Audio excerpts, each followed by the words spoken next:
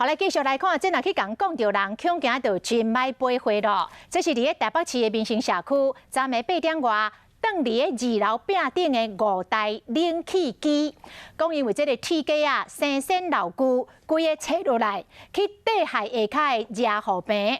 有一台这个冷气甚至坠落涂骹，差一点仔就讲到过路人，实在是有够恐怖。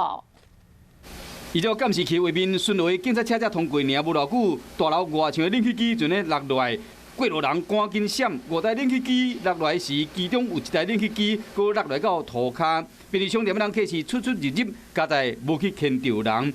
也毋过住伫附近的住户已经惊到啊！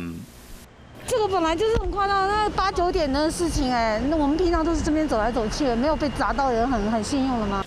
冷气机甲铁架零件落感冒事件现场随为封锁线，4台室外机佫卡伫面顶地板1楼一间店面的招牌。这5台冷气机初步估计一台是40-50公斤，总重量有250公斤。会落落去是因为铁架啊伤久啊生鲜凹去啊，才会挡袂牢断去。是属于没有被查报的老旧违建，但是它崩塌之后呢，不得再复原回去，否则会以新违建提报器材。 透早施工人员已经到现场，将厝内冷气机甲雨伞机拢甲拆落来，暂时清空这个人行道。因为像这款基准的违建，将雨伞机甲铁架拢放出去，台北市四界拢会使看到，敢会造成公安的意外，相关的单位恐惊就要好好去检验。